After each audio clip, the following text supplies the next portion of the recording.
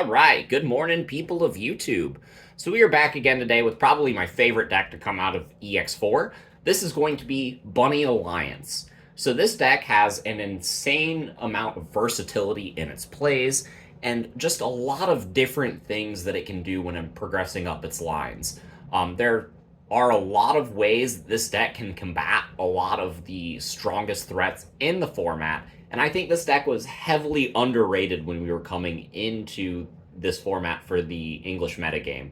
A lot of people looked at the Japanese results and were like, yeah, Alliance isn't really that strong, but in my testing, I have found that to be not true at all. This deck absolutely slaps, and we're going to go ahead and get into the card by card so you guys can see what makes this deck so good. So if you guys like this kind of content, make sure you guys like and subscribe. And without further ado, we'll start with the Digitama. So we got 4 copies of the new Kokomon. This card is a good draw engine, and it's the best egg you can be playing for the deck.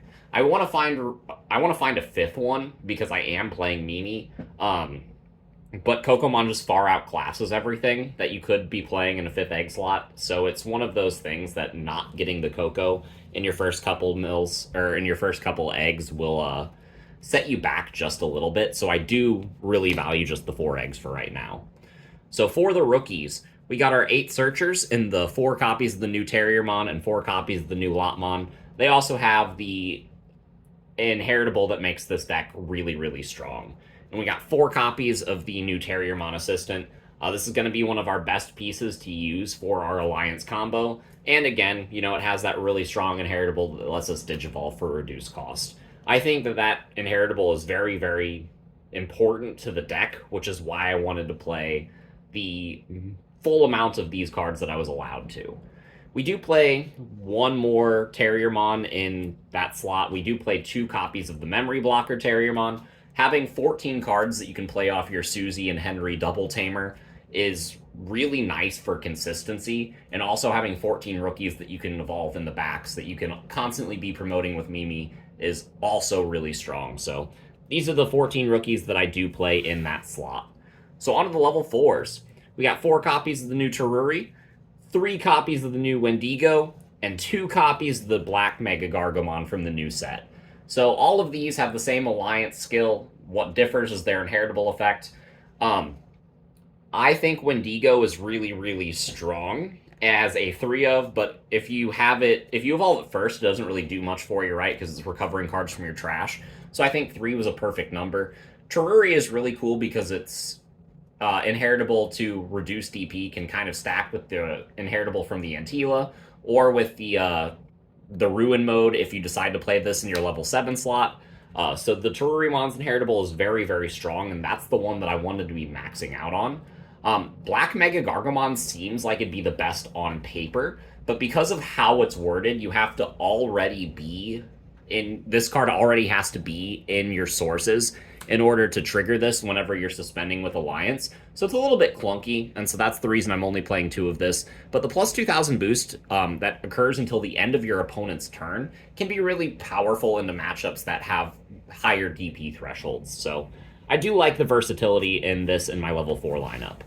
We are playing 1 more in the deck, however. We do have the 1 copy of Golden Rapidmon. This card helps us control the board. If they have a big blocker, you can suspend it, make it a little bit weaker, and then swing over it. They have a wide board. You can kind of take care of it on the spot. And I don't really mind only playing 1 copy of this card because it's a dual-color green card, so it's searchable off of all of our rookie searchers. I can grab it back off of Wendigo, I can grab it back off of Antila, I can grab it off of Green Memory Boost. So if I need the Rapidmon, it's always there. Playing 1-ofs in this deck does...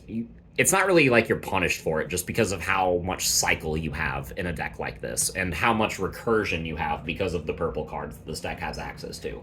So those are the 10 level 4s that I am playing. On to the level 5s. We got 2 copies of the Black Rapidmon. This card is in here mostly for the D-Digivolve effect. It comes up in clutch against matchups like Wargreymon, Machine Dramon, things of that nature.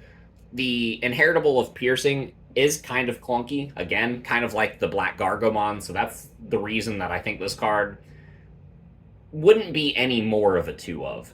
The D-Digivolve is great, but there are other cards we want to play in our level 5 slot. So I do like the Black Rapidmon as some versatility and a little bit of a defensive play. We got 2 copies of the purple green Antilamon from the new set. This card helps us step on the gas. Its inheritable effect is very similar to the Wendigo, letting you cycle cards back from your trash. Fun fact, this can even grab back Quartzmon because it just says a green card from your trash, which is absolutely fantastic. And yeah, the end of attack lets you play a level 3 from your trash as well. It doesn't negate the on plays, so you can get your Terriermon searches, and they're not destroyed at the end of the turn, like with the dual Tamers, so you can pull back Floodgates with no repercussions. This card is absolutely fantastic, and it's really, really good at helping you step on the gas. Next, for the last level 5 we are playing, we play 3 copies of the yellow-green Antilamon. This card was a 4 of in my initial testing, but it was really only good in the mid to late game because I wasn't playing the cards that took away from my security. So for that reason, I decided to decided to reduce the number that I was playing of this card so that I could make room for the 2 Antila and the 2 Black Rapidmon. And this toolbox in my level 5 lineup has done wonders for me. So I have recovery, I have aggression, and I have control for if the game gets kind of out of control. And all of these being able to be the dual color green cards that I can evolve into them mid attack off of my inheritables with the alliance keyword, it's fantastic. Like this level 5 lineup has done wonders for me. So for the level 6s, this is really, really simple. We got 4 copies of the purple green Cherubimon, and that is it. This card is fantastic, and every other level 6 that I have tested over this card has just felt inferior to this.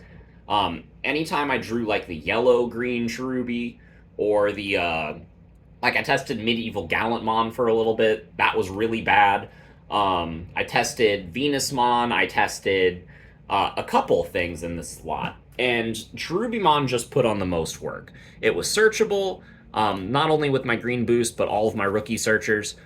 And it just gives you the most bang for your buck, because by being able to make it so that if you die, you float, that just gives you insurance that this deck didn't have before. Especially since you're playing the rookies off of the dual-colored Tamer, and then they're dying at the end of your opponent's turn, this card can bring them back, and then trigger their on-plays again, because that's something that it can do.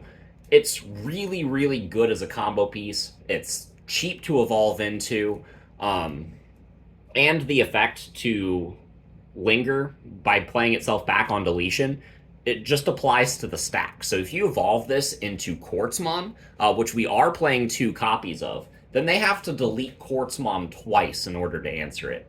And that's really, really hard for a lot of decks to do.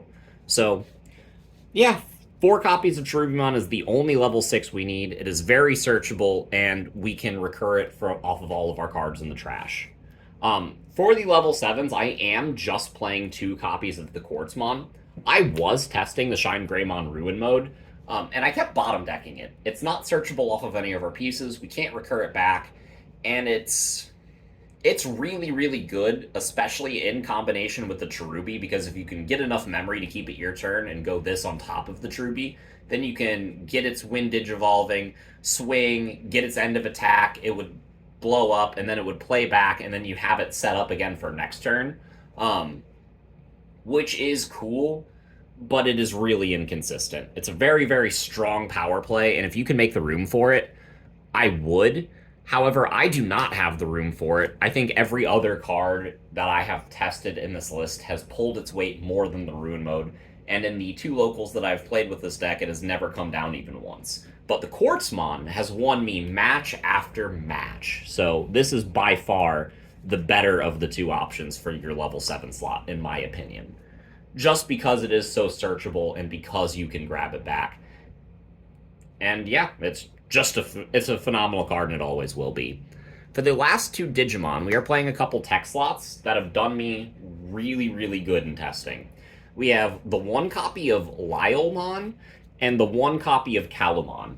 So Calumon is a little bit easier to understand because, you slam it down for just 1 memory because you have like 10 Terriermons in your deck, It gets the memory back. It gets the card back in hand that you spent playing it, and it gives you plus 3,000. So if you're only playing like a searcher rookie off of your dual color tamer, this only gives it a 1,000 boost, but the Calamon can give it a plus 3,000 on top of that. So if you're stuck swinging as a level 4, then you can at least be 8,000 two checks and get some card draw out of it. But it can also pump up your level 5s to hit just really, really strong numbers as well. The Leomon is in here because it is a 2-cost rookie to hard slam that has 5,000 DP. This card provides as big of a buff as the Terriermon Assistant does, and it costs less memory if you're just hard slamming it. This is a good way to pass turn to your opponent. Because of the DP threshold, it takes a little bit of effort for them to deal with it unless they're playing like inheritable effects that you'd see in like Jessmon, which not every deck has access to. And it's a really, really strong card that can help you push tempo by just facilitating to that rookie rush strategy, or just being a big body that you can pump yourself up with Alliance. So this card has done really, really well in testing, and every time I've put it on the table, my opponent has just kind of looked at me and been like, huh, well, I didn't consider that until now, and it's won me multiple games. So that is it for the Digimon. On to the Tamers. We got 2 copies of Mimi, because it's important. Lets us hatch more eggs right before we do the Quartzmon play so that we can keep pushing tempo whenever we're swinging with Quartzmon on the following turn. Also, building an alliance stack and then being able to set up another stack and back in case something happens, to be able to push for another alliance stack on the following turn is fantastic. Mimi will always be a good card. And then we play 3 copies of the Dual Tamer. I was playing the full 4 copies of this card, and it was so clunky. You don't always need this card to win. This card is better as an insurance piece. Like, if you already popped off your green memory boost, you've already used your stack, like, you have a rookie that you can start establishing in the breeding area, you can pump that stack out on the following turn and use this to reestablish your board position and then get your big alliance swing and put yourself back in the game. It also will let you reduce the cost for evolutions, which is very, very nice.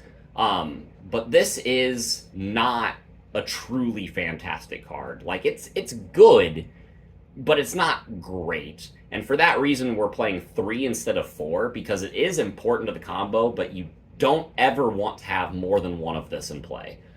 You'd rather see it early than late, again, which is why I'm playing 3 instead of a lower number like 1 or 2.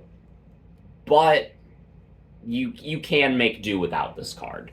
And that was something that I was learning a lot in my testing with this deck. Something that is far more important, I feel, is the 3 copies of Green Memory Boost. It does a similar thing in helping you get set up for the Alliance play by giving you enough memory to actually do that, but it also searches you pieces, so that's nice. We have the 1 copy of Hidden Potential, because I'm only allowed to play 1 copy of Hidden Potential, and quite frankly, this card should be banned. There's been a lot of times that I've been able to use this card to go into Quartzmon off of just absolutely nothing, and it wins you every game that happens in.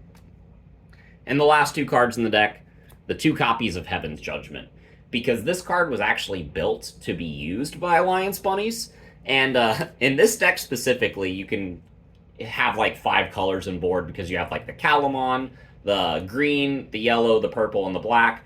You can just do absurd things with this card, go entire board wipes, just answer War Greymon, whatever you need this card to do, it kind of can.